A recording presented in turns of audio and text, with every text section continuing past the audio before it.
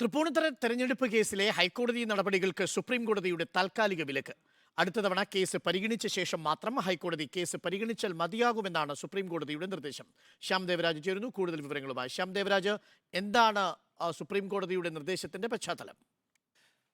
തൃപ്പൂണിത്തുറയിലെ തെരഞ്ഞെടുപ്പ് കേസുമായി ബന്ധപ്പെട്ട് കെ ബാബുവിന്റെ വിജയം ചോദ്യം ചെയ്ത് നൽകിയ ഹർജി ഹൈക്കോടതിയുടെ പരിഗണനയിലാണ്. അതിൽ ഇന്ന് വിചാരണ നടപടികൾ, എം സ്വരാജ് നൽകിയ ഹർജിയിലെ വിചാരണ നടപടികൾ ഇന്ന് ഹൈക്കോടതിയിൽ അവസാനിക്കാനിരിക്കുകയാണ്. ഇക്കാര്യത്തിൽ ഈ വിചാരണയിൽ ചില ന്യൂനതകളുണ്ട് എന്ന കാര്യം ചൂണ്ടിക്കാട്ടിയും ആ ന്യൂനതകൾ പരിഹരിക്കണമെന്ന് ആവശ്യപ്പെട്ടുമാണ് കെ ബാബു സുപ്രീം കോടതിയെ സമീപിച്ചത്. അപ്പീലുമായി സുപ്രീം കോടതിയെ സമീപിച്ചത്. ഈ അപ്പീലിലാണ് വിചാരണ നടപടികൾ ഒരാഴ്ചത്തേക്ക് സുപ്രീം കോടതി സ്റ്റേ ചെയ്തതും അടുത്ത ബുധനാഴ്ചത്തേക്കാണ് ഈ ഹർജി പരിഗണിക്കാൻ വേണ്ടി മാറ്റുകയും ചെയ്തത്. ഒരു വാക്കാലുള്ള പരാമർശമാണ് സുപ്രീം കോടതി ഇന്ന് നൽകിയത്.